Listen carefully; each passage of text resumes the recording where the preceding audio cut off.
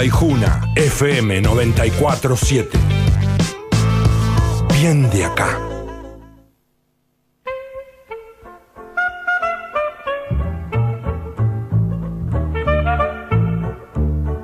Un lugar limpio y bien iluminado.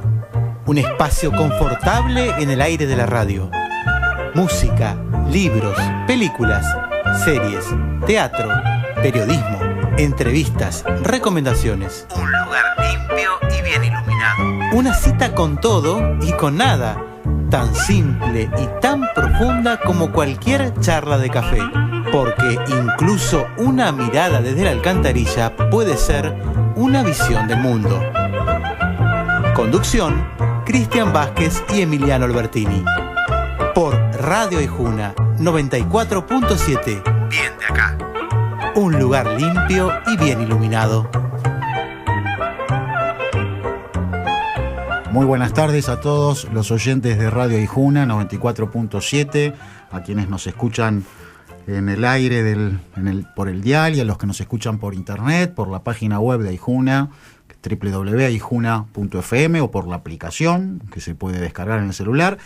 Aquí en esta tercera emisión de Un lugar limpio y bien iluminado, Emiliano Albertini quien les habla y Cristian Vázquez, estamos otra vez para compartir un buen rato charlando de cosas que nos gustan. Y por supuesto quisiéramos agradecer a la gente que nos ha ido comentando, haciendo comentarios elogiosos de los programas. Parece que gusta, Cristian. Bueno, Emi, buenas tardes. Parece que sí, la verdad que sí, es un gusto como siempre, ¿no? Como venimos diciendo, poder arrancar una nueva emisión. Para mí es una alegría enorme estar acá compartiendo, y es una alegría saber que bueno, que gusta, que nos escuchan, que no aburrimos, al menos, que pueden ser... Ese es un gran mérito, no sí, aburrir. Sí, es como el objetivo de mínima, ¿no? No aburrir. Si además de eso podemos llevar información, a mí algunas personas me han dicho, no, es muy interesante lo que cuentan, da ganas de ir a ver esa película o leer ese libro o conocer más sobre tal o cual tema. Entonces, bueno, cuanto más objetivos cumplamos, mejor, pero en principio, con no aburrir, ya es un primer paso importante. El equipo de visitantes, viste, que dice, bueno, el arco propio en cero, después si ganamos... Exactamente. Lo importante es sumar. Bueno, vamos a tratar de seguir sumando en esta tarde del 26 de marzo del 2019. Antes de ayer se realizó en Plaza de Mayo la manifestación por la memoria, luego de un nuevo aniversario del golpe cívico-militar, y sobre ese tema y otros aledaños vamos a conversar en nuestra entrevista de hoy, que vamos a realizar en unos minutos, con Jorge Luis Bernetti, un periodista, docente universitario, escritor, exdirector de la Escuela de Periodismo de La Plata. Entre sus antecedentes tiene haber sido secretario de redacción de la revista Cristianismo y Revolución, y fue el jefe de prensa en la campaña electoral en el año 73 que llevó a Héctor Cámpora a la presidencia. Pero también vamos a tener recomendaciones. Uh-huh. Vamos a hablar de series, vamos a hablar de teatro, vamos a hablar de documentales, así que también muy interesante. Nuestra recomendadora invitada de hoy es Micaela Asley, gran amiga nuestra, así que bueno, vamos a comentar eso y vamos a tener otros contenidos también. Por ejemplo, buena música, que es una de las cosas que hacemos bien en este programa, elegir la música. Hoy nos va a acompañar una de las figuras, de las leyendas, de los símbolos de la música popular latinoamericana, que es Alfredo Zitarrosa, un cantor uruguayo que a mí en particular me gusta muchísimo, que nació en 1936 y falleció en el 89, que estuvo varios años exiliado por la dictadura de su país. Estuvo primero exiliado en Argentina, luego en España, donde estuvo muy poco tiempo y no la pasó bien, luego en México. Un hombre que sufrió mucho, un hombre muy querido. Cuando volvió a Uruguay en el 84 fue recibido de una manera muy cálida, muy masiva. Y una cosa muy curiosa es que él de joven, aprendió a tocar un poco la guitarra, a componer algunas cosas, pero a los 18 años se hizo locutor de radio y trabajó mucho tiempo de locutor, de presentador, libretista, periodista también en el semanario Marcha, que es un semanario muy importante en Uruguay. Un clásico del Uruguay, clásico del periodismo uruguayo. Y luego hizo un viaje que en algún momento llegó a Perú, en el año 64, y estaba sin un mango. Y él mismo lo declara, no tenía un peso, y un amigo le gestionó una presentación en un programa de televisión donde cantó 2 canciones. Ese fue su debut como cantor, y luego volvió a Uruguay y grabó 4 canciones, y ahí empezó una carrera donde cimentó una trayectoria artística muy, muy sólida. A mí me gusta siempre recomendar verlo. Hay muchos videos en internet, Cristian, de Citarrosa, en presentaciones televisivas. Era un tipo muy sobrio, muy serio y muy sobrio. Se presentaba siempre de traje, saco y corbata, peinado a la gomina, y era muy económico movía un poco las manos, pero él cantaba de pie frente al micrófono, explicaba el origen de las canciones. A veces se apartaba hacia un lado para que en las partes instrumentales, para que el público viera solamente a sus guitarristas, y nada más, o sea, nada de showman, ¿viste? Ni de andar corriendo por los escenarios. Bueno, y en una de las primeras canciones, no sé si no fue la primera canción que él grabó, es una milonga que tiene algún verso un poco machista, pero que fue un gran éxito y que a mí me gusta mucho. Tiene algún verso un poco machista, hoy un poco anacrónico, pero otros versos muy bellos. Es una milonga que se llama Milonga para una niña, que él escribió, que él compuso.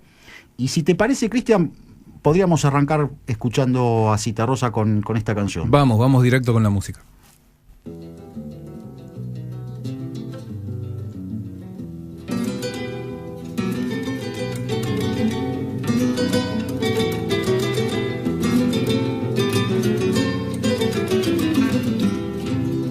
El que ha vivido penando por causa de un mal amor no encuentra nada mejor que cantar y ir pensando, y si anduvo calculando qué culpa pudo tener cuando ve que la mujer no conoce obligaciones, se consuela con canciones y se olvida de querer.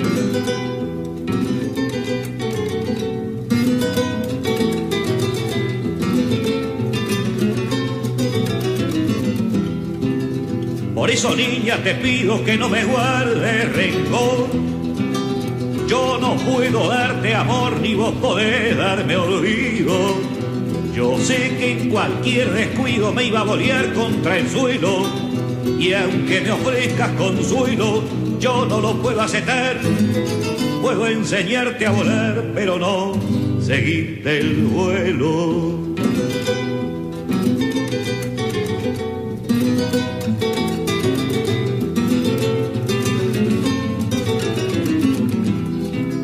Yo no te puedo entregar un corazón apagado. Cuando falla el del costado no hay nada que conversar. Hay una forma de amar que es un modo de conciencia. Hay un amor que es paciencia y otro que es solo aromar. ¿Cuál amor te podría dar quien amara tu inocencia?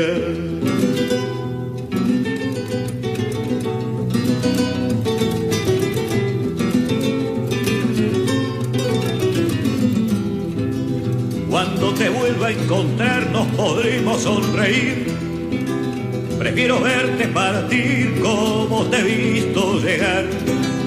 Cuando vuelvas a pensar que una vez te conocí y que no más porque sí te compuse una canción, cantará en tu corazón lo poquito que te di.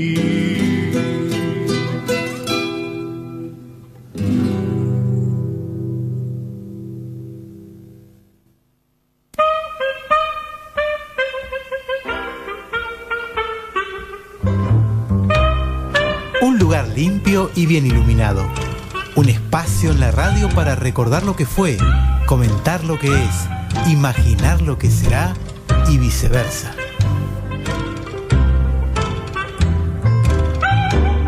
Ahí estaba don Alfredo Citarrosa, el hombre de la voz grave, el uruguayo y latinoamericano que cantaba Milonga para una niña, una de sus primeras canciones, una de sus milongas más célebres, porque aparte, digamos, don Alfredo era un cultor de la milonga, ritmo típico folclórico de raíces campesinas, decía cada vez que explicaba la milonga. Bueno, así que ahí estaba Citarrosa. Y ahora Y ahora vamos a ver cómo sale. Vamos a hablar vamos a hablar de colores, vamos a hablar de percepciones, vamos a hablar de palabras y vamos a hablar de poesía. Dale.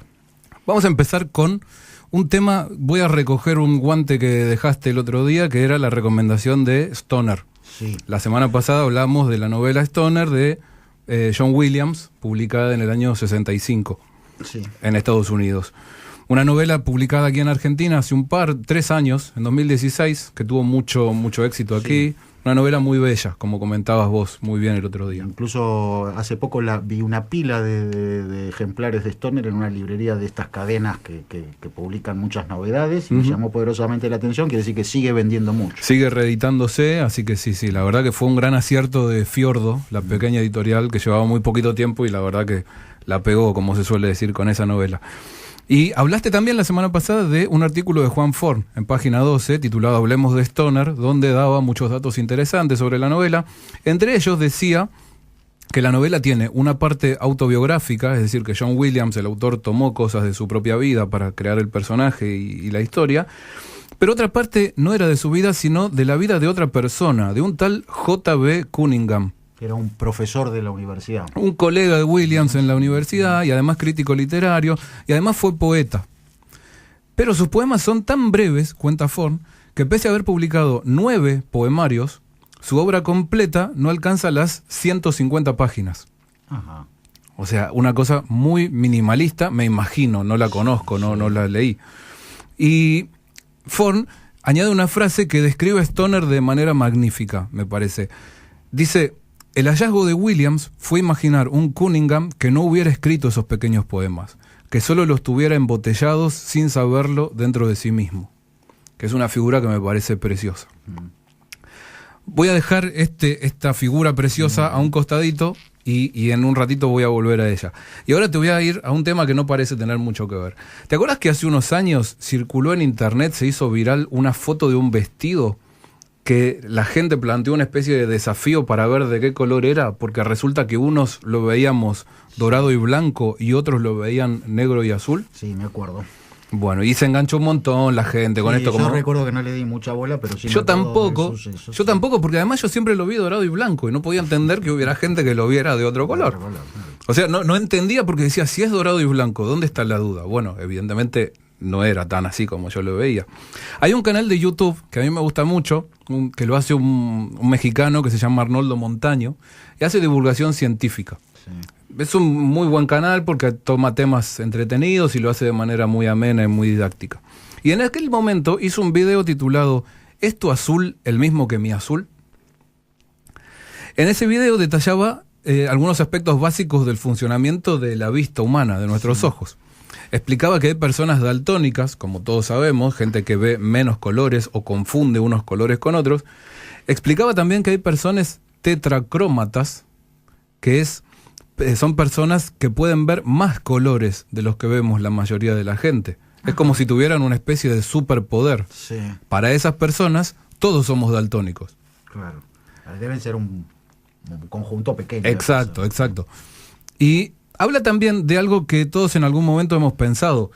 ¿Cómo describimos los colores? ¿De qué manera podríamos describir los colores a alguien que nunca los vio? A una persona que es ciega de nacimiento, Claro. por ejemplo. Explicarle a alguien qué es el azul. ¿Qué es el azul? ¿Qué es el rojo? ¿Qué es el amarillo? Es imposible. Arnoldo Montaño, este youtuber, la palabra youtuber suena a adolescente, pero en este caso no lo es. Dice: jamás vamos a tener acceso a ver y sentir como lo hacen las otras personas. Dice que podemos en todo caso medir la longitud de onda de la radiación electromagnética, que es la definición, la base material a partir de la cual el cerebro genera la percepción de los colores, pero no podemos observar ni medir la experiencia de un color dentro de la cabeza de otra persona. Esto, dice él, es una muestra de que, en términos de cómo percibimos el mundo, todos estamos solos en nuestra mente. Que es una idea bastante lúgubre, por decirlo así. Pero ahora me estoy acordando de Discépolo, que decía: uno está tan solo en su penar. Entonces, bueno, también uno está tan solo cuando ve los colores. Exactamente. Y es que la experiencia es intransferible. En última instancia, de lo que estamos hablando es de eso. Tanto es así que ni siquiera somos conscientes de cómo cambia nuestra propia percepción a lo largo del tiempo. Es decir, no solo percibimos distinto, yo percibo distinto que vos, sino que mi yo actual percibe distinto de cómo era hace 20 años y de cómo será en el futuro también. Hay un libro titulado en español Aferrados a la vida, que lo escribió un divulgador estadounidense llamado Jonathan Weiner, y está dedicado a lo que él llama la extraña ciencia de la inmortalidad. Básicamente entrevista a un montón de expertos para preguntarles cómo y por qué envejecemos, y si es posible que la ciencia algún día encuentre la forma de que dejemos de envejecer, que seamos inmortales. Entrevista a una mujer llamada Janet Sparrow, que es investigadora de ciencia oftalmológica en la Universidad de Columbia, en Nueva York. Y esta mujer le explica que los cristalinos de nuestros ojos se vuelven amarillos con la edad, lo cual disminuye nuestra capacidad para ver el color azul. ¿Esto qué quiere decir? Que como consecuencia, cuanto más años tenemos, menos vivo vemos el azul. Vemos un azul más pálido. Eso hay una excepción que tiene que ver con los hinchas de gimnasia viejos que siguen viendo el azul vivamente. Con la misma intensidad. Con la misma intensidad. Bueno, excluyendo a los hinchas de gimnasia, sí, pasa esto. La medicina moderna, explicaba Weiner, el autor del libro, permite que cuando el cristalino está demasiado turbio y amarillento, se lo pueda sustituir por uno artificial, se puede hacer un trasplante. Un trasplante por uno nuevo, transparente, como el de un niño. Las personas que se someten a una operación de cataratas pueden ver de repente toda la luz azul que habían percibido 50 o 60 o 70 años antes. Dice Weiner que dicen estas personas: oh, los azules son tan vivos, el cielo es tan azul, no había visto ese azul desde que era pequeño. Estos sentimientos, que son intrínsecos e inefables, intransferibles, como decíamos recién, eso que no podemos explicarle a nadie que no lo haya experimentado antes, como la rojez de lo rojo o lo doloroso del dolor, tienen un nombre. Se llaman qualia, con Q. Sí. Qualia. Qualia es el nombre de esa propiedad, esa cualidad que es intransferible. Los sentimientos. Ajá, esos sentimientos que no podemos transmitir con palabras se llaman qualia. Y se definen técnicamente como las cualidades subjetivas de las experiencias individuales. Es algo así como el vacío explicativo entre la percepción y el sistema físico, es decir, el cerebro. Ese campo que queda en el medio, eso que podemos tratar de definir, pero en el fondo sabemos que no estamos terminando de definir. La filosofía se plantea el problema de cómo y por qué tenemos esos sentimientos, de cómo y por qué tenemos qualia. Y lo llaman problema difícil de la conciencia. Ese es el nombre, problema difícil. Imagínate que si para ellos es difícil, ¿cómo será para nosotros? Sí. Un filósofo, de hecho, estadounidense, que se llama Daniel Dennett, dice que piensa que los qualia podrían ser privados e inefables simple y sencillamente por la ineficiencia de nuestro lenguaje, no porque las experiencias sean necesariamente imposibles de compartir. Tal vez, dice, usando millones de palabras en el orden correcto, podamos hacer aparecer colores en el cerebro de alguien sin que la retina intervenga en ningún momento. Sería una manera de asegurarnos de que tú y yo estamos viendo el mismo color azul, dice. Esta idea de que usar palabras, que pueden ser millones de palabras, o unas poquitas, o una sola, para hacer aparecer colores, o para hacer aparecer cualquier otra cosa en el cerebro de otra persona, ¿a qué nos hace acordar? A ver, a mí me hace acordar al intento del arte, por tratar de hacer una experiencia compartida de una vivencia individual. Sí, yo pensaba en algo más cercano a eso. A mí me hace acordar a la magia.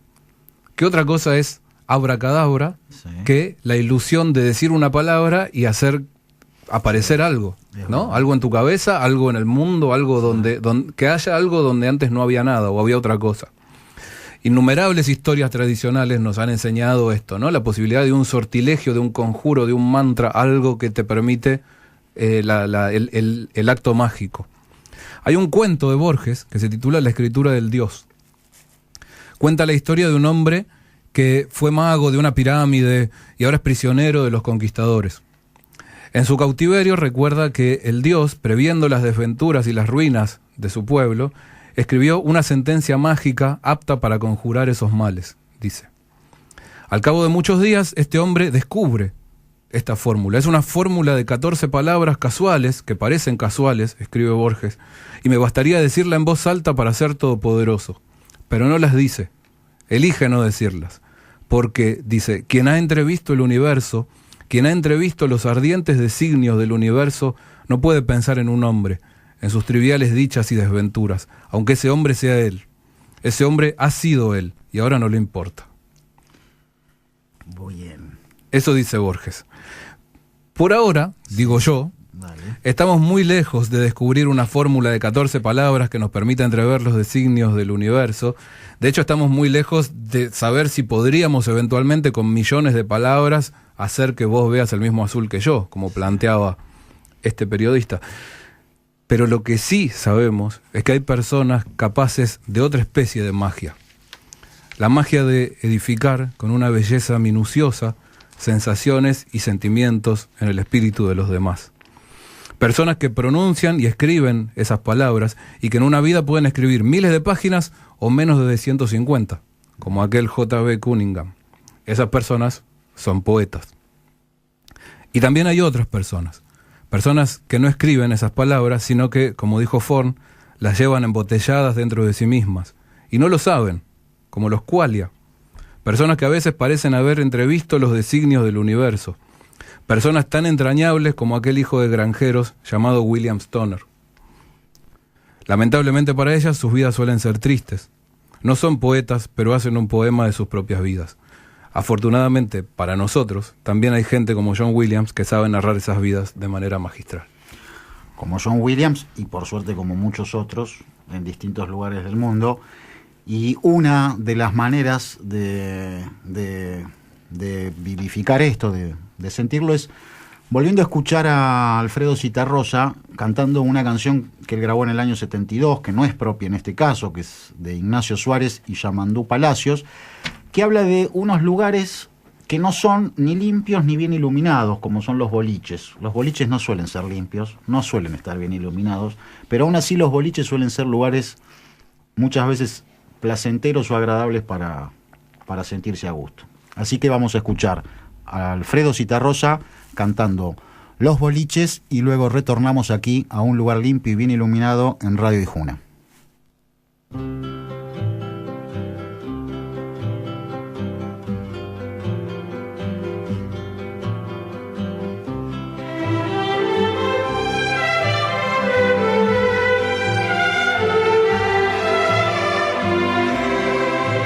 Otra vez los boliches nocturnos, amarillos de sueños perdidos, quinieleros de suertes extrañas, azulados en humos y vinos. Viejas radios rezongan canciones, un Gardel arrullando su trino, y en la mano madera de un tango, un borracho camino al ayer.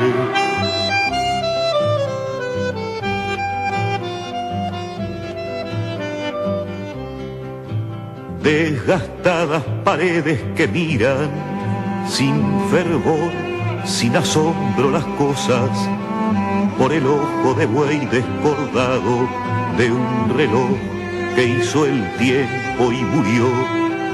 Opacados espejos que imitan otra vida mejor o la misma, marioneta de pan en la niebla tras un sol empañado de alcohol. La soledad con el alcohol suelta un gorrión que por el aire del alma se va.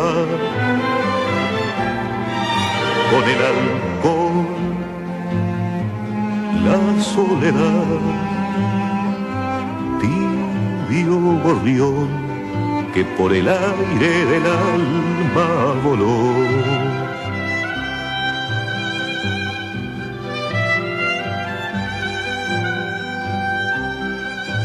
El boliche conversa en silencio sus palabras de vidrio y tabaco.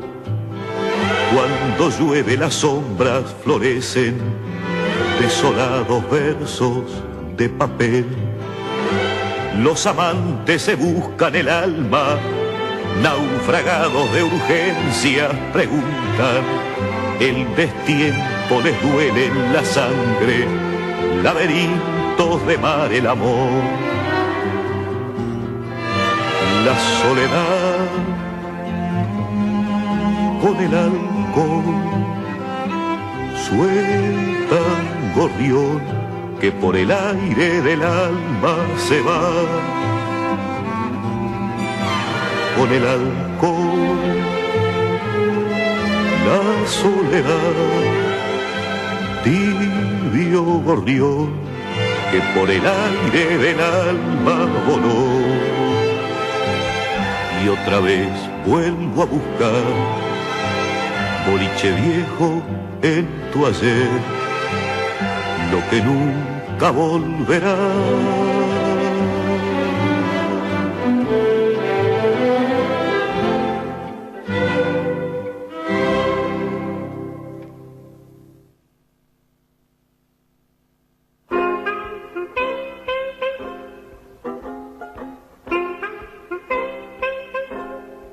Un lugar limpio y bien iluminado. El ambiente más propicio para una conversación entre dos tipos con muchas ganas de preguntar y alguien que tiene mucho para decir.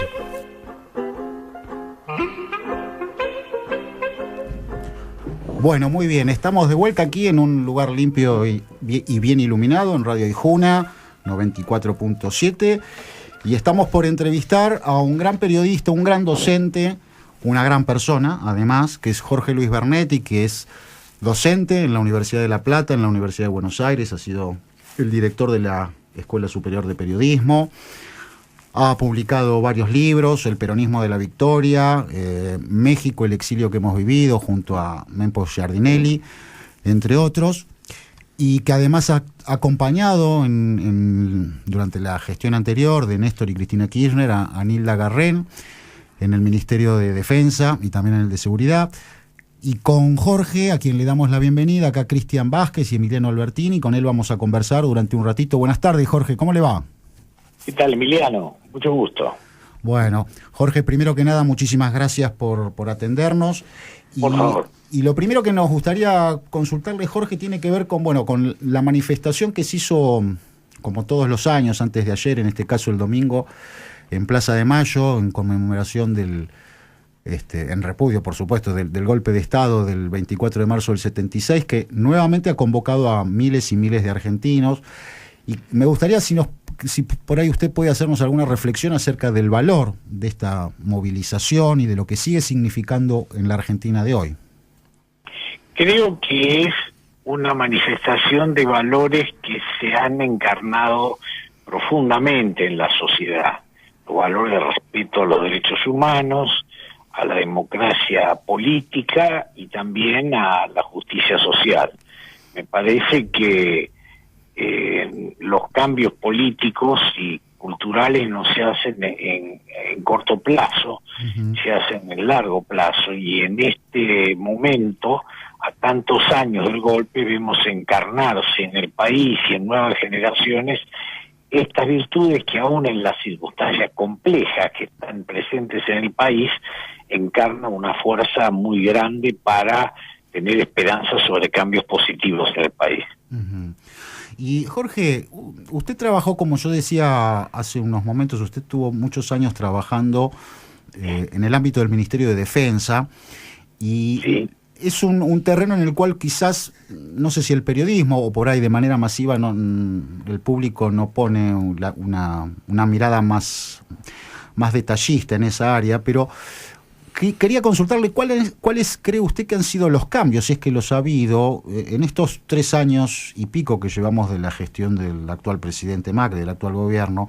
¿Cuáles han sido y qué evaluación hace usted de los cambios que se hayan producido en cuanto a la política de defensa, en cuanto a la política con respecto a las Fuerzas Armadas? Creo que no se han producido cambios profundos, se ha producido una degradación de la política que se había construido durante el kirchnerismo, pero el macrismo creo que ha defraudado implícitamente a las fuerzas más conservadoras todavía de su propio marco, que esperaban que el nuevo gobierno, por ejemplo, decretara el fin de los juicios a los militares que todavía están procesados, militares y otros, y civiles que están procesados por delitos contra la humanidad durante la dictadura. Yo creo que eso es consecuencia de lo que hablábamos antes, de que hay una fuerza y una madurez en la sociedad que lo ha impedido.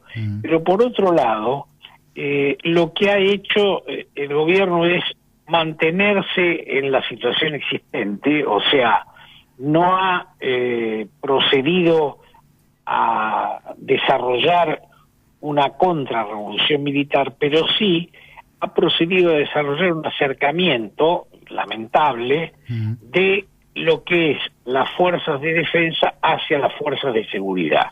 Entonces, cuando el gobierno habla de que produce un reequipamiento en el sector militar, se trata de armas livianas, una modernización tecnológica leve para apoyar a las fuerzas que están del ejército en la zona norte del país, supuestamente para enfrentar problemas de delincuencia que siempre se refieren implícitamente al tema de las bandas del narcotráfico. Entonces, creo que no hay una verdadera política de defensa, porque además esto se enlaza con la subordinación global que ha asumido el gobierno en relación con la política exterior de los Estados Unidos. Es decir, para lograr acuerdos en términos económicos, incluso para negociar con el Fondo Monetario, el gobierno se ha apoyado en los Estados Unidos, en el gobierno de los Estados Unidos, el gobierno de Trump, cuya contrarréplica, cuya contraprestación es que la Argentina habilite espacios de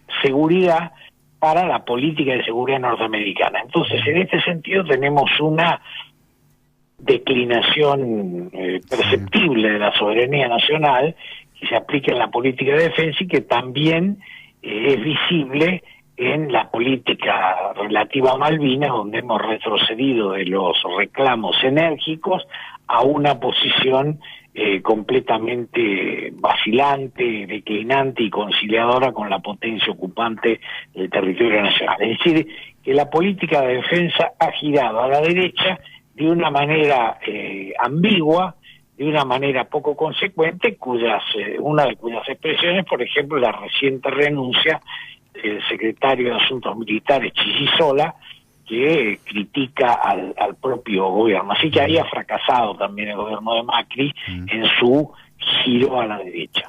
Pero lo que sí, Jorge, se puede evidenciar también es un giro a la derecha y una política que está muy centrada en la política de seguridad de un carácter más bien represivo y que tiene... Bueno, esa es la otra acción. Ahí el gobierno tiene una política muy activa en la política de seguridad. Ha desarrollado una política muy activa, muy subordinada a las líneas planteadas por los Estados Unidos, ha activado la acción de las 4 fuerzas de seguridad, Policía Federal, Prefectura, Gendarmería y Policía de Seguridad Aeroportuaria, y en este sentido crea un escenario nacional represivo a partir del cual intenta señalar que va construyendo acciones de seguridad, pero lo que estamos viendo es que realmente esas acciones de seguridad no han conseguido reducir la delincuencia y se han tratado más bien de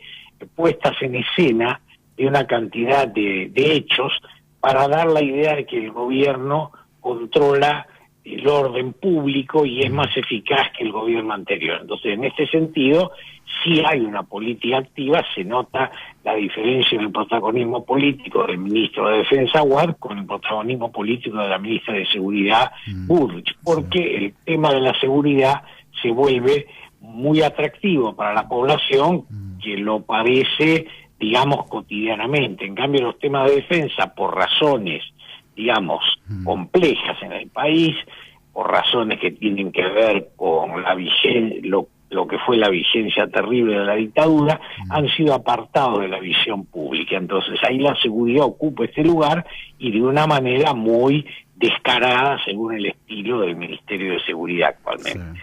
Sí. Jorge, justamente sobre las posibilidades de darle una visibilidad mayor a las cuestiones de defensa, la Facultad de Periodismo de la Universidad de La Plata tomó hace pocos días la decisión de reabrir la célebre Cátedra de Defensa Nacional que Juan Domingo Perón inauguró en 1944 y cuyo titular es usted. A mí me gustaría mucho que nos cuente un poco cuál sería la idea de esta cátedra y cuáles son los debates que usted cree que hay que dar ahí. Bueno, la idea es que es una cátedra de extensión, básicamente, o sea, tomar un tema que no es, digamos, específico de la facultad, pero sí que tiene que ver con los temas universitarios y los temas políticos nacionales, y proceder a una difusión de debates, de presencias de exfuncionarios o de funcionarios o de especialistas en los temas, o la exhibición de videos y de películas que tratan sobre este tema, algunos de los cuales los han producido gente, docentes y alumnos de la facultad, y dirigirse a la propia población de la facultad y a la población en general. Se inspira, obviamente, no pretende ser una continuidad ni de ninguna manera, con ese esfuerzo que se hizo en el año 44, cuando la Universidad de La Plata lo había creado en realidad en 1943 y lo puso en funcionamiento en 1944, una cátedra libre de defensa nacional que fue inaugurada por el entonces secretario de Guerra y vicepresidente de la República, el coronel Perón, que pronunció un discurso de la defensa nacional, así llamado posteriormente, que se dirigía a plantear el tema de la defensa nacional como un problema de toda la nación. Transformaba la idea de la nación en armas alemana en un tema donde toda la nación se debía comprometer en esto, y por lo tanto, al comprometerse la nación, el Estado, bajo la dirección política de sus representantes, era el que dirigía el tema, no los propios militares, que son ejecutores de esa política. Entonces,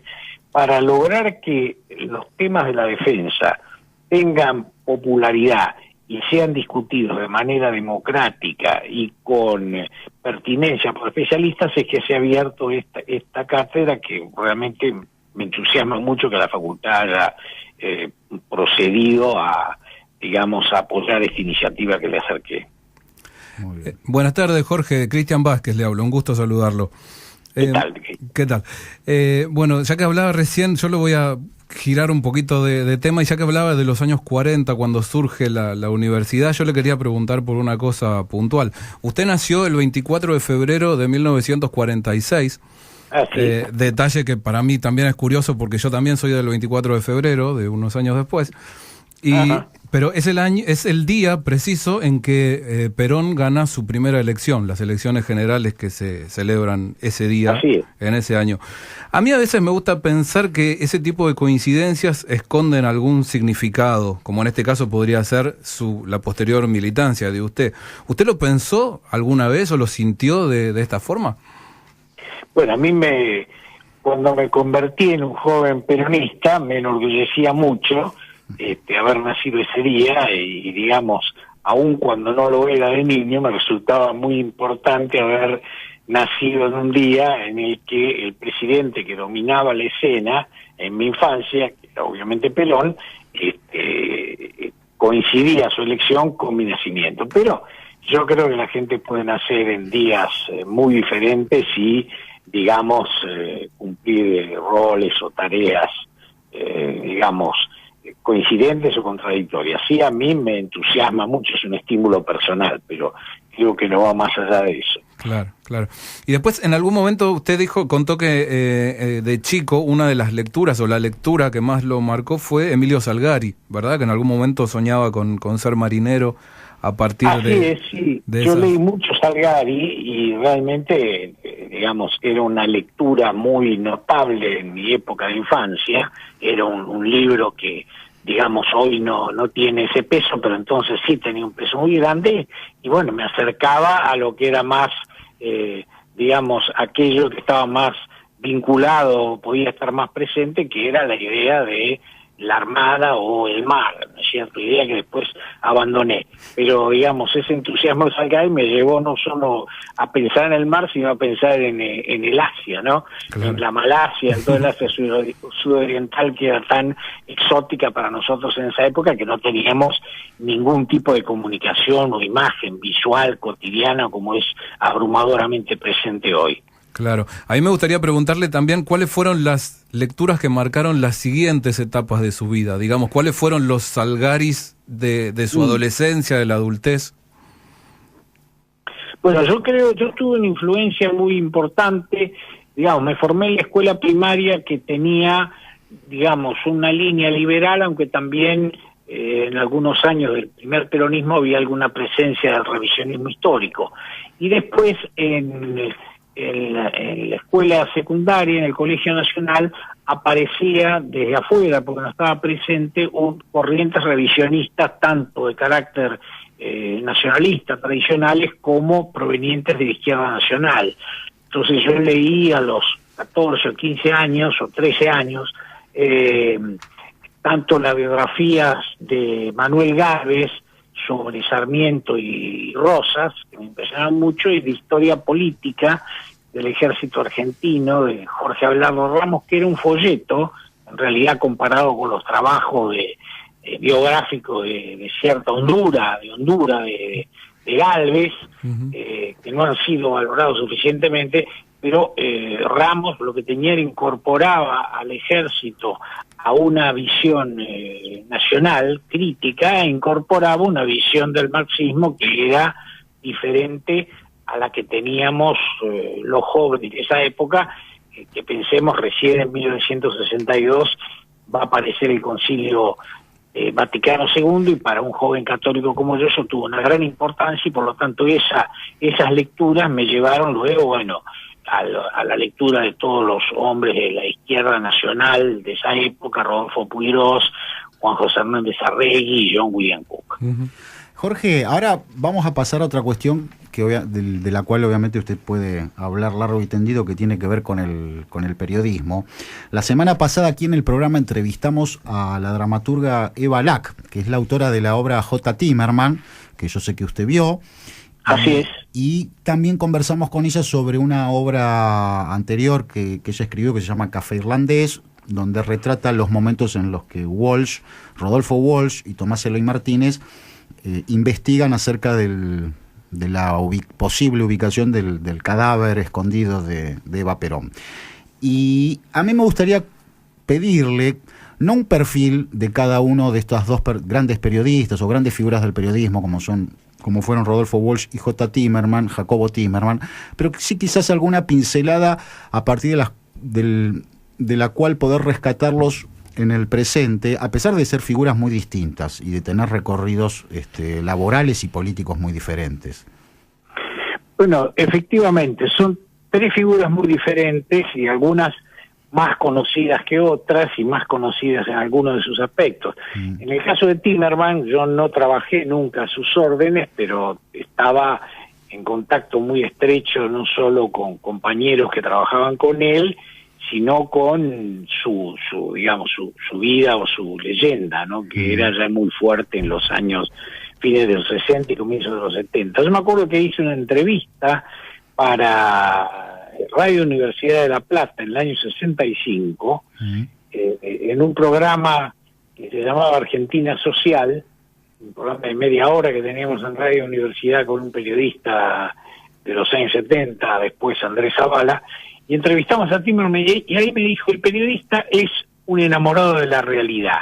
Eso me impresionó mucho, porque procuraba que el periodista se entusiasmara con la realidad en sus aspectos más diversos. Creo que Timerman fue un hombre que provenía primero de una izquierda moderada, liberal, que luego comprometió ese pensamiento que tenía de una Argentina industrial, libre, con, digamos, sus acercamientos y sus claudicaciones en algún punto con gobiernos que fueron nefastos para el país, de los cuales Timerman pagó las consecuencias, porque fue víctima, sobre todo de la dictadura de Onganía, por la persecución a sus medios, y por supuesto en la dictadura del Proceso, donde fue secuestrado, torturado, le quitaron todos sus bienes y le echaron del país. Fue un gran modernizador del periodismo, y desde su perspectiva, de la perspectiva de un periodismo culto, un periodismo racional, creativo y humanista, fue uno de los grandes innovadores del periodismo argentino. En el caso de Tomás Eloy Martínez, yo trabajé bajo sus órdenes en la revista Panorama, y era un hombre de una cultura vasta, un escritor, digamos, muy dedicado, y, digamos, él buscó también desarrollar en el periodismo argentino una perspectiva de modernización. La actitud que yo más positiva que recuerdo de él es cuando, siendo director de Panorama, en el año 72, dio la versión real de lo que había pasado en la llamada masacre de Trelew, donde en una base naval habían sido fusilados guerrilleros presos luego de un intento de fuga. Ahí Tomás Eloy Martínez perdió la dirección de la revista Panorama porque fue cesado en el cargo.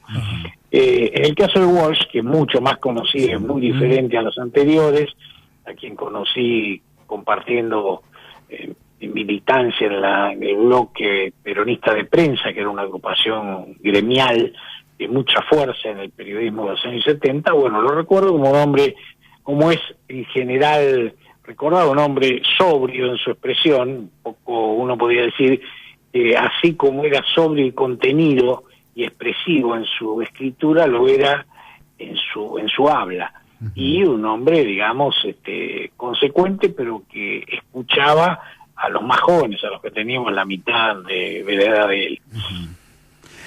Jorge, ahora trayendo algunas de estas cuestiones a lo que es el panorama actual del estado, o el estado de situación actual del periodismo, uno de los sucesos de los últimos días tiene que ver con la investigación que lleva adelante el juez Ramos Padilla acerca de una posible organización paraestatal de espionaje ilegal, y en la que aparentemente podrían estar involucrados algunos periodistas.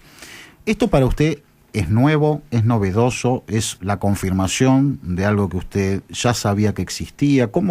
¿Qué mirada tiene sobre este tema? Bueno, una mirada que siempre es sorprendida, porque lo que aparece supera a la posibilidad de imaginación.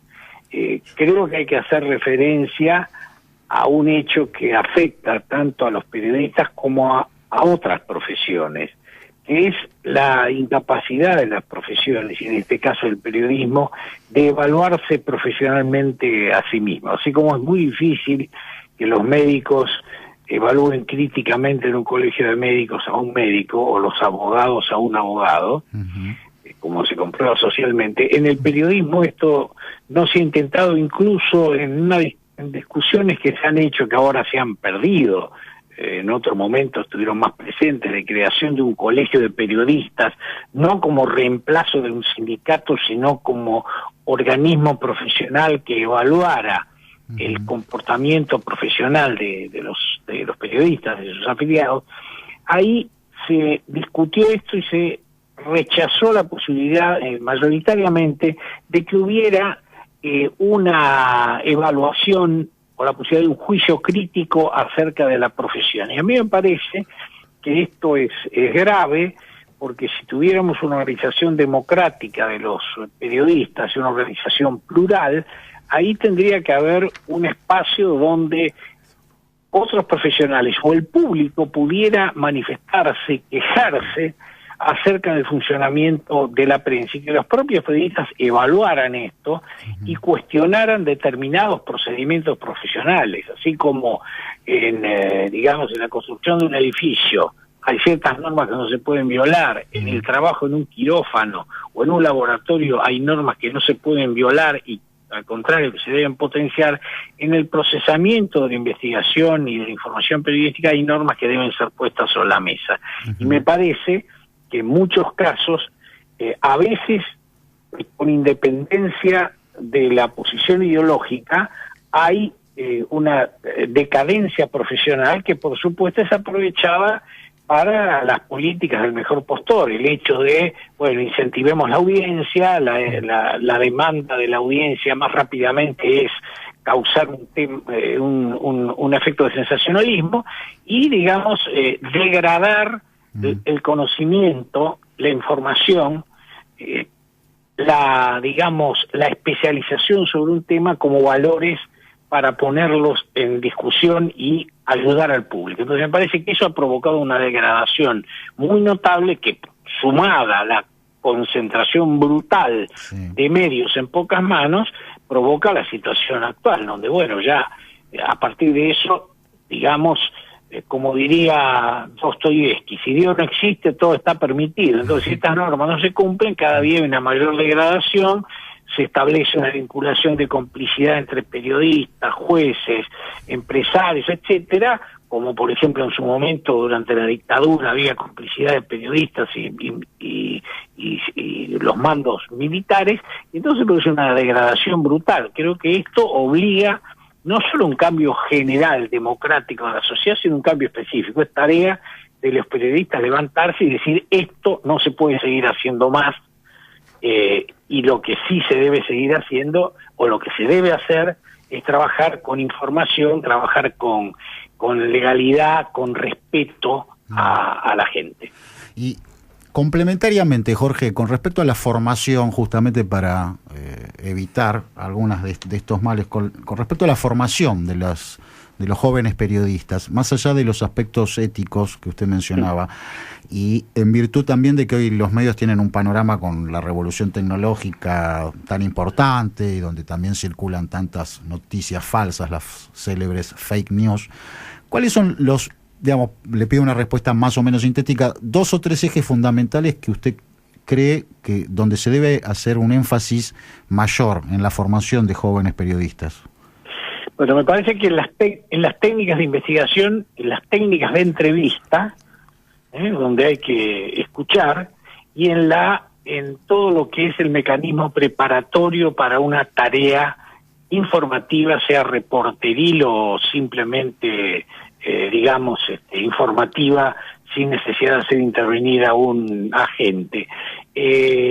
Por supuesto que se necesita una especialización en los espacios diversos de las ciencias sociales y un manejo tecnológico importante y la apertura a idiomas, porque con la combinación de estos factores, a pesar de las fake news y compañía, la fuerza de la tecnología nos permite llegar a confirmar y a desmentir de manera muy rápida un volumen de información importante para brindarle al público aquello que es verdad o lo más aproximado a la verdad.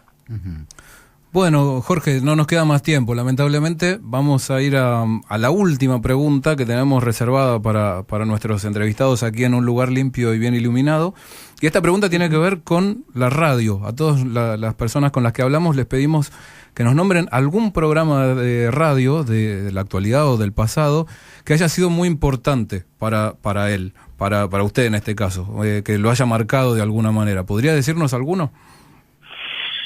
Bueno, me es un poco sorprendente porque la radio acumula programas diversos. Sí, me impresionaba mucho en la década del 60 y 70 la intervención veloz de los noticieros radiales.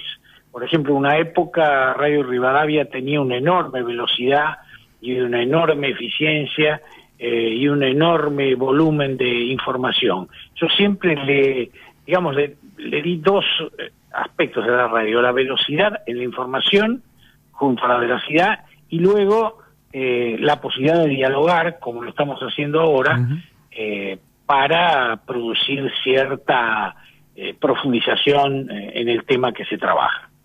Bueno, Jorge, quisiéramos nuevamente agradecerle muchísimo por haber prestado parte de su tiempo para conversar con nosotros y agradecerle toda transmisión de información y las opiniones y el análisis con que nos ha enriquecido, y bueno, disculpe y agradecerle por las molestias también. A veces por ahí usted está trabajando y sin embargo, bueno, nos ha podido atender, así que bueno, le queremos dar muchas gracias y mandarle un gran saludo.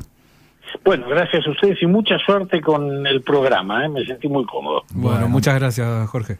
Muy bien, ahí estaba Jorge Luis Bernetti, y ahora vamos a pasar a otro bloque, pero digamos, vamos a escuchar, Cristian, otra milonga de Citarrosa. Y esta es una milonga medio especial, no la compuso Citarrosa, la compuso Gastón Ciarlodino, un cantante joven uruguayo.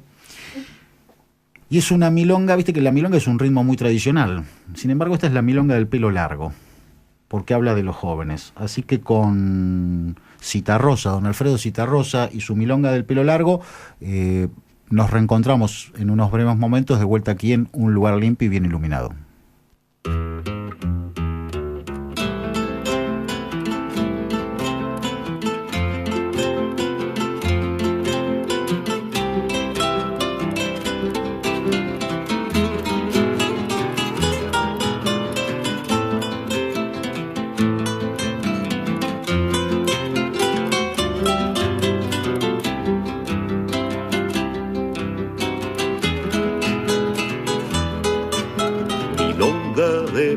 Largo de ojos oscuros como la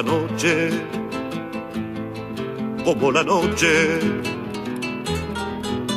historia de penas grandes, de gente joven, de penas viejas, de 20 años,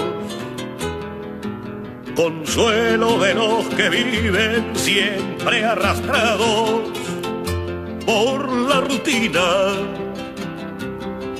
Qué cosa seria, memoria de los ausentes de nuestra tierra, de la violencia,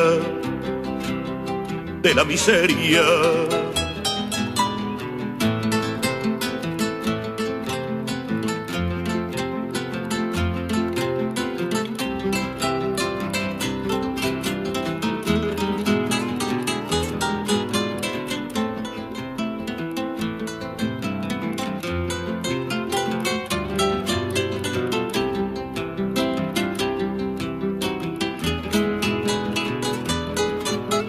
Ofrezco mis margaritas, están marchitas, que están vacías, que ya están secas. Te doy todas las renuncias de cosas simples que llevo hechas.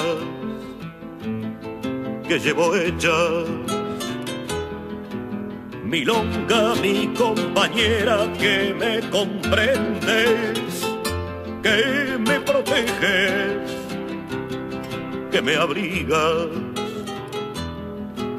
frazada del pobre hombre que siente frío y no se queja, ya no se queja.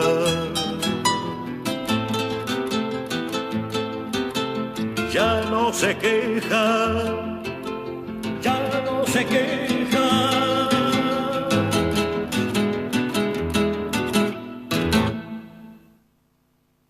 Comienzo de espacio publicitario. El telón de aire. Radioteatros para las tardes de Aijuna. Las producciones de la Fundación Sagay llegan al aire para llevarte la imaginación a otros veranos. El telón de aire. Todos los días desde las 15.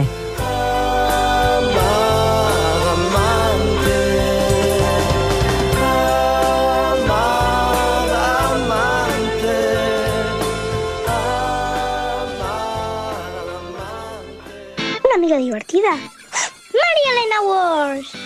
Ayer me pasé toda la tarde con Luis Pesetti. Hoy viajé en el cole con Oliverio Girondo. A mí Liliana Hecker me acompañó todo el embarazo. Cuando estoy bajoneado, lo busco al negro Fontana Rosa. Me encanta ir a la cama con Cortázar. Para cada edad hay libros y amigos. En la Biblioteca Mariano Moreno encontrás las dos cosas. Biblioteca Mariano Moreno, Belgrano 450, Bernal. Hablando de la libertad. Canciones, entrevistas, discos y sellos. Hablando de la libertad. De lunes a viernes, desde las 17.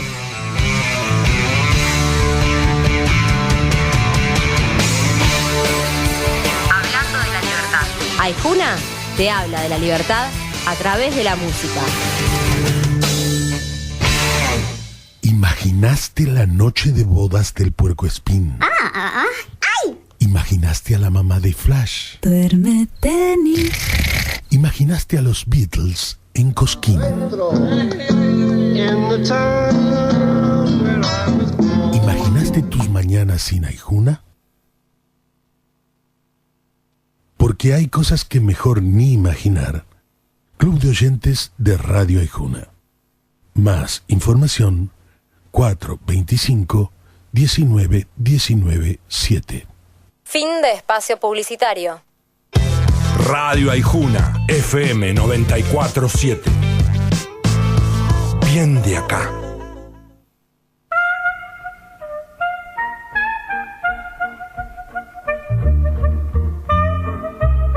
Un buen libro, una buena película, una buena serie, una buena pieza teatral. Son alegrías que merecen ser compartidas. Y qué mejor que recomendarlos en un lugar limpio y bien iluminado.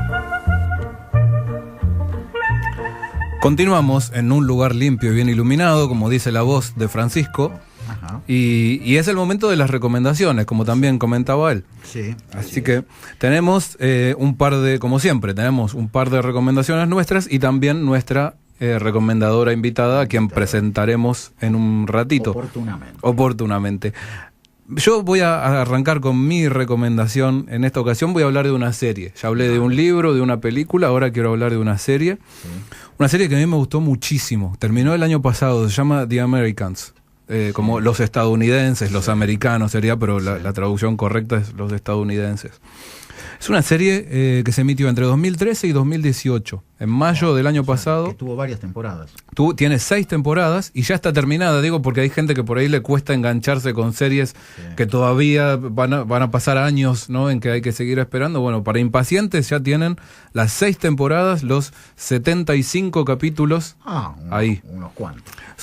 Tienen 13 capítulos las primeras 5 temporadas y 10 la última. Eso da un total de 75, de 45 minutos. Hoy por hoy casi todas las series tienden a ser de 1 hora cada capítulo. En este caso son todavía un poco más breves.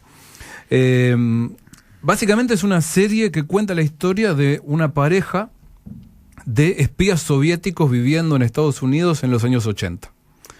Ahora bien, la particularidad está en que estos espías soviéticos eran llamados ilegales, al parecer existían realmente, eran jóvenes que la dirigencia soviética capturaba en su país y los enviaba de muy chicos, de adolescentes, a Estados Unidos, les daban una identidad falsa, que eran en general identidades de personas que ya habían muerto, o sea, personas, eran nombres reales, eran datos reales, pero que las personas que eran dueñas, digamos, de esos datos nunca iban a poder reclamarlos, y hacían una vida convirtiéndose en estadounidenses, de ahí el nombre de la serie, hasta que en determinado momento las activaban como células de espionaje, entonces se convertían en espías activos, pero claro, para todo el mundo eran ciudadanos comunes y corrientes. Vecinos normales. Exactamente. Incluso para sus propios hijos.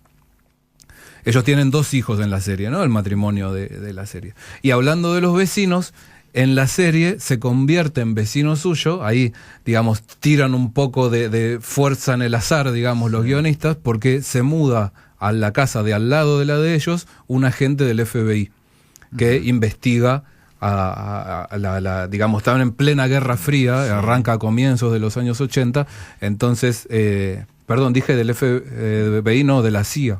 De la CIA, claro, que es el combate contra contra la Rusia soviética, la Unión Soviética en aquel momento.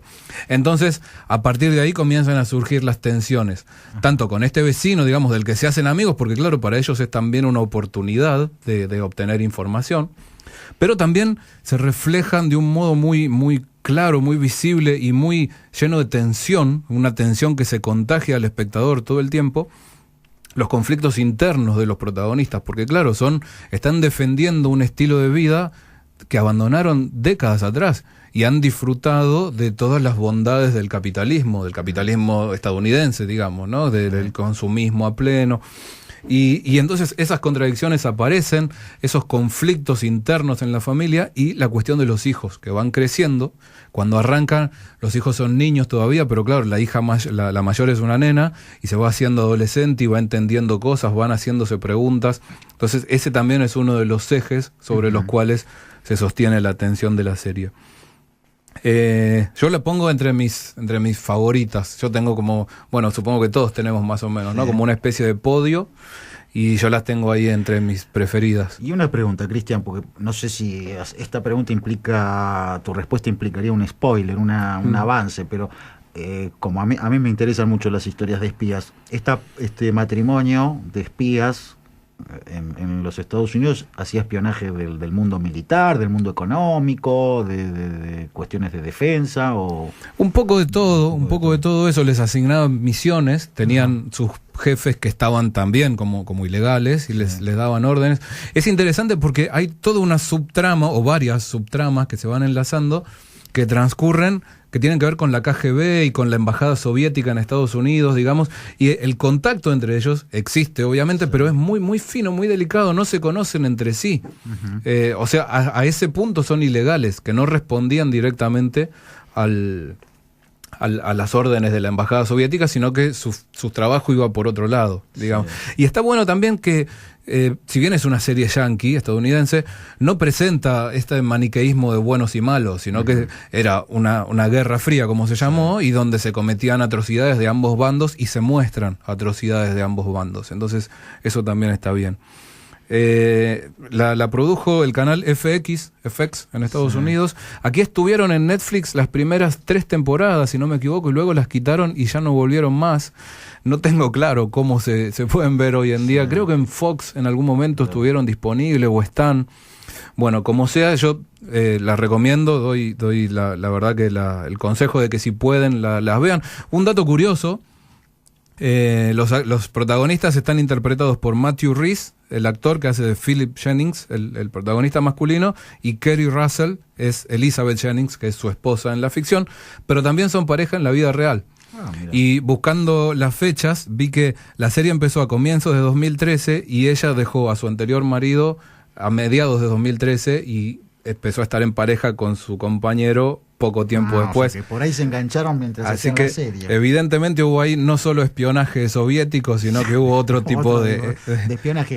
Ahora, después habría que buscar bien la fecha, pero más o menos estoy seguro que en el periodo en el cual se emitió la serie o se realizó la serie, Steven Spielberg volvió a hacer una película de espías que se llamó Puente de Espías con Tom Hanks. Es verdad. Donde había un espía soviético que vivía en Estados Unidos, al cual capturan, y que luego la cuestión es negociar el intercambio de espías, digamos, algún espía norteamericano que estaba en Alemania, creo que era, y yo creo que es de la misma época, y me resulta curioso, habría que pensar qué ha hecho que en la cultura norteamericana en esos años se hayan puesto a recrear estas historias, ¿no? Puede ser, y está el dato de que la Guerra Fría fue la época de oro del espionaje, obviamente, entonces muchas veces desde el presente hace falta volver a esa época para poder volver a contar una historia de espías, digamos, de las buenas. Y vos sabés que mi recomendación tiene que ver con un documental, pero tiene mucho que ver con la Unión Soviética y con los espías. Ahora me doy cuenta. Como si nos hubiéramos puesto de acuerdo, cosa que no hicimos. No hicimos, aparte, en realidad ahora me estoy dando cuenta, porque lo que yo quiero recomendar es un documental que tiene varios años, es de 1996, pero está disponible en YouTube, se llama Asaltar los cielos. Es un documental español que fue dirigido y el guión fue hecho entre 2 personas, José Luis López Linares y Javier Riollo. Tiene la voz, un atractivo del documental es que la voz en off, cada tanto que va narrando la historia, es la de la actriz española Charo López, que es una voz muy bonita. Y es la historia del asesinato de Trotsky y de León Trotsky, uno de los héroes de la Revolución Rusa, y la historia de su asesino, Ramón Mercader, que era un agente secreto de la KGB de la Unión Soviética. Y este documental, yo recuerdo que hace más de 10 o 15 años, un día en una trasnoche lo encontré en la televisión y me quedé subyugado porque yo sabía que habían asesinado a Trotsky, que Trotsky estaba en México cuando fue asesinado. Pero al ver este documental, descubrí una riqueza en cuanto a las historias, porque hay de un hecho político básico, que es el asesinato de Trotsky por este hombre Ramón Mercader, español, se desprenden muchas historias y también mucho de lo que pasó después. Por ejemplo, podemos saber de antes, Trotsky estuvo exiliado en varios lugares hasta que recala en México, hospedado por nada más y nada menos que Frida Kahlo y Diego Rivera. Uh-huh. Hay incluso una historia de un romance, ¿no? Hay un romance. Uh-huh. Frida Kahlo con Trotsky. Trotsky se enamora de Frida Kahlo y la esposa de Trotsky le dice, querido León, o es ella o soy yo. Uh-huh. Pero además está la historia de Ramón Mercader, el asesino, y de su madre, Caridad del Río, que era una joven burguesa que se casó con un millonario, que después se escapó de la casa, que después se hizo marginal y estuvo en la Barcelona, vivía o merodeaba los ambientes de Lampa y que se hace comunista y luego se hace fundamentalista comunista y recluta a su hijo en plena guerra civil española para una tarea que es superior a vos mismo, le dice, algo por el cual tenés que aceptar, dejar de ser vos. Y el hijo Ramón acepta y es entrenado en la Unión Soviética y luego seduce a una secretaria de Trotsky, y finalmente lo mata, pero ese hombre después estuvo 20 años preso. Mercader, Ramón Mercader, 20 años preso en México, y cuando sale va a la Unión Soviética y lo premian, pero él pensaba que iba a ser un héroe. Stalin ya había muerto y ya la Unión Soviética revisaba todos los crímenes del stalinismo. Y este documental está lleno de testimonios de personas, hay testimonios de los hermanos de Mercader, hay testimonios de la familia Trotsky, de un montón de periodistas. Hay una historia lateral que es muy tierna y muy conmovedora. La Unión Soviética quiso ayudar a los miembros del Partido Comunista en la Guerra Civil y... La Guerra Civil Española. La Guerra Civil Española. Entonces los militantes comunistas entregaron a sus hijos fueron enviados a la Unión Soviética para que no sufrieran las consecuencias de la guerra. Cientos de chicos. Son conocidos como los niños de la guerra. Es terrible esa historia. La historia de esos niños que terminan siendo de ninguna parte. De ninguna parte. Son cientos de niños que a los 5, a los 7 años los mandan, imagínate, de Cataluña a Moscú. Y algunos de ellos vivieron toda su vida allá. Algunos intentaron regresar a España y, como dice uno de ellos, casi parafraseando a Facundo Cabral, no soy de aquí ni soy de allá. Uno de ellos cuenta que un día se lo encuentra Ramón Mercader, el asesino de Trotsky, en un edificio público, conversan, se despiden, y este periodista le dice, Ramón, ¿cómo nos han engañado? Y Ramón Mercader le responde, a algunos más que a otros, a algunos mucho más que a otros. Es un documental, repito, Asaltar los cielos, que se puede encontrar en YouTube. ¿Cuánto dura? Que dura, acá te digo, 94 minutos. Ajá. Y es atrapante. Tiene buena música, tiene un montón de material de archivo, tiene testimonios. Bueno, yo recordaba que en uno de nuestros programas anteriores, ya podemos decir nuestros programas anteriores en plural, mencionamos a Leonardo Padura. Ya no me acuerdo bien acerca de Hemingway. Bueno, y ahora, en este caso me recuerda obviamente El hombre que amaba a los perros, que es una novela excelente de Padura, que es bastante grande, larga, que cuenta la historia de Mercader, precisamente. Cuenta la historia de Mercader, de este asesinato, exactamente. Nada más, bueno, esa novela, Cristian, que es efectivamente, digamos, yo también comparto, para mí es muy buena novela, está mucho más cercana en el tiempo. Claro. Es decir, seguramente este documental que yo estoy recomendando, Al saltar los cielos, debe haber sido, sin lugar a dudas, una fuente de consulta para Padura para ese libro. Seguramente. Bueno, lo curioso es esto, ¿no? De que lo que la madre le dice a Mercader, esta tarea es más grande que vos, tenés que dejar de ser vos para cumplirla, es un poco lo mismo que decidían aquellos jovencitos que se convertían en ilegales, como la pareja Jennings en la serie de Americans. Sí. Mira vos, o sea que todo tiene que ver con todo, decía aquel célebre conductor de televisión. Muy bien. Así que bueno, estas son nuestras recomendaciones. The Americans, repetí una vez más Asaltar los cielos. Asaltar los cielos, el documental en YouTube. Y vamos a pasar a nuestra recomendadora invitada, que es nuestra amiga Micaela Slay, que ella se va a presentar, pero bueno, anticipo que es escenógrafa, trabaja en teatro, trabaja en cine y tiene un par de datos para pasarnos, así que la escuchamos a ella. Hola, bueno, mi nombre es Micaela Slay, soy escenógrafa y vestuarista de teatro y bueno, voy a recomendar 2 obras porque es más fuerte que yo, no puedo elegir. Son 2 obras que son muy poéticas, que unen las dos, la poesía con lo popular. Son 2 poesías puestas en escena. Una, efectivamente, es una adaptación de una poesía o surge de una poesía y está adaptada. Esa obra se llama Todo Piola. Es un teatro bastante físico. Es un romance de barrio, está construida con un lenguaje muy ingenuo, es un diálogo permanente entre los 2 protagonistas y es una obra de una tremenda belleza visual, muy sencilla, que se puede ver, debe ser ya la 3ª temporada de Todo Piola, este año 2019. Se puede ver en el Portón de Sánchez. Y la otra obra es Los días de la fragilidad. Tengo la suerte de poder recomendarla porque se repone ahora a partir del 14 de abril. Esta obra se ve de día, con luz natural. Yo la vi a la tarde, ahora va a estar los domingos al mediodía. Y es una historia de amor y fútbol. Es el romance entre el mudo poeta y la goleadora de un club de Miramar. Es una poesía que cuenta una historia. También es hermosa de ver, hermosa de escuchar. Y bueno, yo además la vi el año pasado, un domingo, el día que se jugó la primera final de Boca River, que se iba a jugar el sábado y se jugó el domingo. Y la obra completa, que es muy cortita, coincidió con todo el primer tiempo y se escuchaban los goles gritados por todo el barrio, y en esta luz natural todo el público que está a la vista y podíamos vernos las caras porque además la disposición del público es de ronda, entonces estuvimos cruzando muchas miradas cómplices. Todos tuvimos ganas de saber de quiénes habían sido esos goles.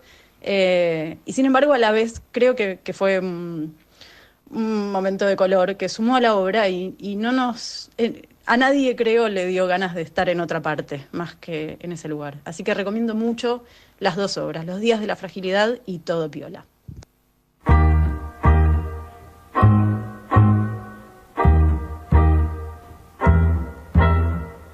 A veces las mejores ideas llegan cuando el bar está por cerrar. Un lugar limpio y bien iluminado. El sitio donde los bueyes perdidos, en ocasiones, al final se encuentran. Bueno, le agradecemos de nuevo mucho a Micaela. Es un recuerdo hermoso el que nos trae, al menos a mí, porque me habla de la final de la Libertadores, que claro. Yo recuerdo ya te imaginarás, ¿no? Con mucho cariño. La euforia, fue el día que le hicimos un gol sacando del medio y todas esas cosas.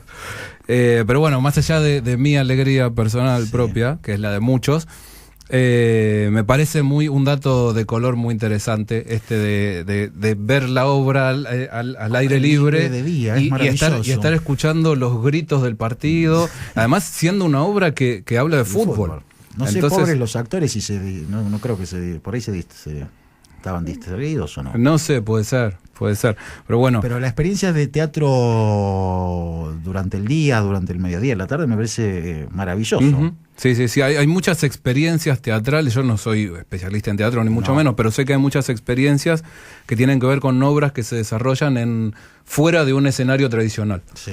Entonces, está el teatro que se hace a ciegas con todas las luces apagadas. Sí. Sé de obras que se hicieron dentro de piletas, de piscinas vacías, obviamente. Entonces, los los actores y actrices metidos dentro y el público arriba, afuera, viendo desde la altura. ¿Qué vas a decir con la pileta en el agua? Así, No, la pileta vacía, no. Esa sería una experiencia también interesante. Podría ser. Quizás ya existe, quizás ya la hicieron. Sí. Bueno, un detalle que quería mencionar que no se puede ver, que no se puede mostrar por radio, obviamente, es que el cartel de los días de la fragilidad, que es una de las recomendaciones de Micaela, es muy lindo y se ve a la pareja protagonista y se ve la chica con una camiseta con el número 9 en la espalda, que es muy parecida a la camiseta de Gimnasia, cosa que a vos, Emi, te pone contento. Pero aparte, eso me lleva, perdóname, Cristian, me lleva a pensar en comentarte otra cosa. El fin de semana que pasó... Perdón, quiero aclarar que no es la camiseta de Gimnasia, es un equipo de... se parece. Se parece, es igual, vista así en el dibujo del cartel, es igual, es la camiseta de un club de la costa bonaerense, un club de algún pueblo. Sí. Viste que desde hace ya un tiempo el fútbol femenino viene expandiéndose, viene creciendo. Sí. Y incluso no estoy seguro si es que se profesionalizó recientemente o que está la decisión de profesionalizar. Anunciaron la profesionalización. Bien.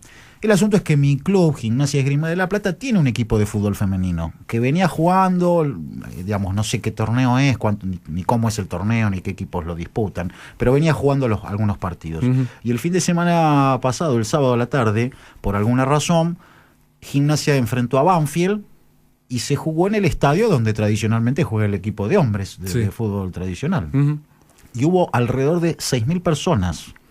Tuvo repercusiones internacionales. Yo no sé, digamos, a veces quizás, no sé si sonará mal lo que digo, digamos, se dieron un conjunto de circunstancias, por ejemplo, que no había otro tipo de competencias deportivas ese día, o que era una tarde muy agradable para ir a algún espectáculo público. Pero no dejo de pensar que seguramente un factor debe haber sido que también el fútbol femenino va ganando adeptos. Sin duda. 6.000 personas es mucha gente. Es un montón de gente. Sí, ni hablar. Yo creo que tiene que ver seguramente con esos factores que ayudaron, pero es parte también de un fenómeno en movimiento, digamos. El crecimiento del fútbol femenino tiene da toda la impresión de que es algo imparable, ¿no? Que va a te seguir voy a hacer avanzando. Una pregunta así comprometida. ¿Vos verías por televisión un partido de fútbol femenino? La verdad que hoy por hoy no me genera mucho atractivo, pero eso no quiere decir nada. Tampoco me genera atractivo ver el fútbol europeo. Sí. Entonces, y no lo veo. Prefiero ver el fútbol argentino. Muchas veces digo que en realidad lo que me gusta no es el fútbol, sino el fútbol argentino. Entonces me ponen ahí a Barcelona, a Messi y todo eso, y me ponen acá un Argentino Junior Talleres de Córdoba y prefiero ver Argentino Junior Talleres de Córdoba. Déjame dar algunos datos relacionados con la recomendación de Micaela. Claro. Para ver Todo Piola, que es la primera de las obras que ella recomendó, que es de Mariano Blatt, Eddie García y Gustavo Terrío. Se puede ver hasta el 27 de abril en El Portón de Sánchez, que está en Sánchez de Bustamante 1034 en Capital. Ajá. Bien. Y Los Días de la Fragilidad, que es esta obra que hablábamos del fútbol y demás, es de Andrés Gallina. Mira, precisamente Andrés Gallina. El día que ganamos... Sí, no sé si recordás que hubo un árbitro de fútbol que se llamaba Mario Gallina, que era de La Plata aparte. Bueno, la dirige Fabián Díaz y se presenta en Estudio Fraga y las reservas son únicamente por mail. El mail es Los Días de la Fragilidad, el título de la obra, todo junto, @gmail.com. Y un datito más sobre teatro es que Micaela me comentó que hubiera querido recomendar otra obra que se titula La Maldad del Mundo, de Alfredo Staffolani, que lamentablemente no la podemos recomendar porque ya terminó, porque el viernes pasado fue la última presentación. Yo quería destacar que es una obra que empieza en Florencio Varela. Mira, la trama transcurre en Florencio Varela, donde es la historia de una prostituta que abandona a un chico y que es su hijo, y luego años después el hijo, cuando ya es adulto, se reencuentra con ella, y tuvo críticas muy elogiosas. La queríamos nombrar también por ese hecho, ¿no? Que lamentablemente yo también me entero de esto una vez que ya no que levantó el telón. Ya no está, claro, ya no está. Quizás, quién sabe, tal vez en el futuro alguien la reponga. Ojalá la repongan, en ese caso será para aprovechar La Maldad del Mundo, de Alfredo Staffolani. Bueno, yo aprovecho, nos quedan pocos momentos antes de cerrar el programa de hoy, pero también como recomendación recomendé un documental que era Asaltar los cielos, el que cuenta la historia del asesinato de Trotsky y de su asesino. También, como en este programa estuvimos escuchando a Alfredo Zitarrosa, descubrí recientemente un documental que se llama Cantando en nombre de mi tierra, que emitió la televisión uruguaya, que también está en YouTube, que es un repaso por la vida de Alfredo Zitarrosa, con un montón de testimonios de gente del mundo del arte, de la canción, y que también es recomendable para aquellos que estén interesados en la vida de este gran cantor uruguayo. Muy bien. Bueno, tenemos que decir que la semana que viene no vamos a estar haciendo el programa porque es feriado, 2 de abril, y bueno, por unas cuestiones técnicas aquí internas de la radio, no vamos a hacer el programa. Sí los esperamos a todos de nuevo, por supuesto, dentro de 2 semanas, el martes 9 de abril a las 6 de la tarde en nuestro horario habitual. También ya podemos decir nuestro horario habitual. Nuestro horario habitual de las 18 horas, entonces dentro de 2 semanas exactamente. Así es. Y si te parece, Cristian, cerramos y nos despedimos con música. Pero sí. Una cosita más que no lo nombramos hoy, que tenemos la página de Facebook, que ahí es donde ponemos toda la información, ahí nos pueden escribir por saludos o cualquier comentario que nos quieran hacer, ahí vamos a estar recordando, vamos a estar subiendo el audio de hoy, como están ya los programas anteriores, los previos, y vamos a estar recordando lo de que la semana que viene no estaremos y volvemos el día 9. Exactamente. Hace unos segundos yo decía a Cristian que hay en YouTube un excelente documental sobre la vida de Zitarrosa que se llama Cantando en nombre de mi tierra. En ese documental aparece brevemente Mercedes Sosa, que sabía algo de canto y de canciones, ¿no es cierto? Un poquito. Sabía un poquito Mercedes Sosa del tema. Mercedes Sosa habla muy bien y bueno, dice sus cosas sobre Zitarrosa y dice que ella lo va a recordar especialmente por 2 canciones. Una, que es una de las más famosas, que es el violín de Becho, que como es una de las más famosas, por eso no la pasamos hoy. Pero la otra es la que vamos a escuchar ahora, que también es famosa, y es una canción que hay una versión que a mí me gusta mucho de Leonardo Fabio, pero obviamente esta es la versión original, se llama Estefaní, no sé si es una historia de amor, pero hay amor en esta historia. Y con ella, Cristian, y la voz de Zitarrosa, si te parece, nos despedimos agradeciéndole a Pablo también la operación técnica. Y nos vamos a reencontrar, como dijiste vos, en 15 días. Un gusto, como siempre, compartir acá. Y bueno, los esperamos en la próxima, en 2 semanas.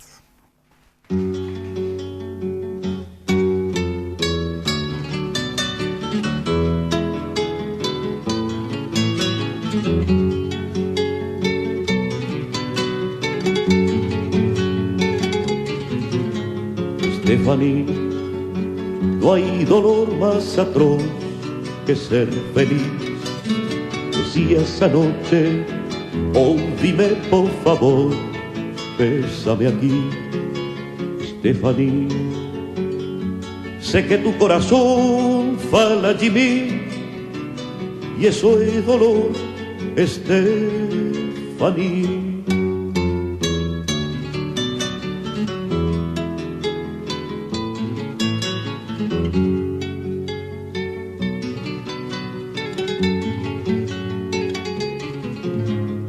Estefaní, yo ayer estaba solo y hoy también, pero en mi cama ha quedado el perfume de tu piel.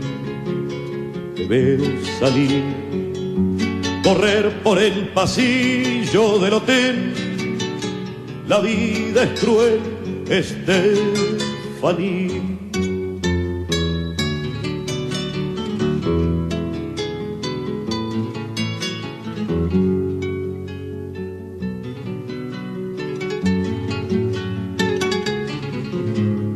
Estefaní, hay una sombra oscura tras de ti, de tu ternura.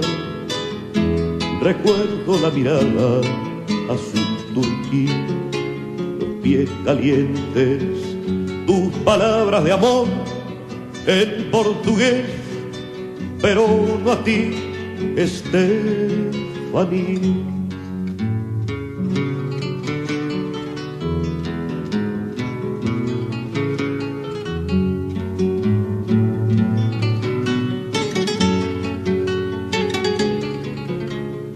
Estefaní, hazme saber si vas sobrevivir. Entre la gente, el color de tu pelo, Estefanía, debes vivir. La soledad que sales a vender, se más mujer, Estefanía.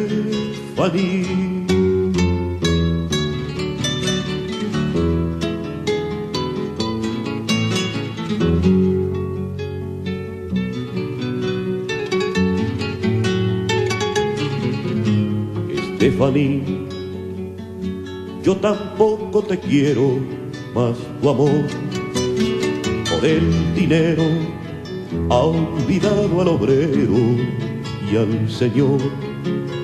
Esta canción que pregunta por ti, que no ha dormido, es puro olvido, Estefanía.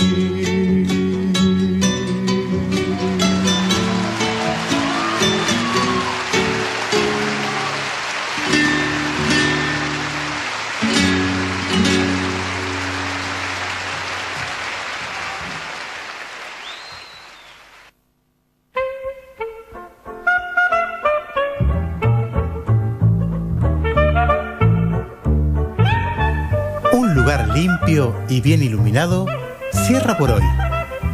Pero como todo final, es un nuevo principio.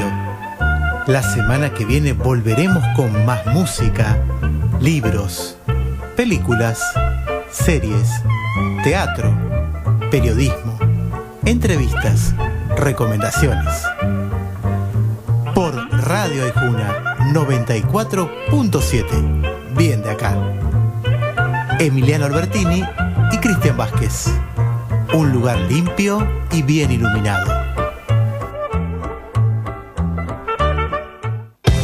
Radio Aijuna, FM 94.7.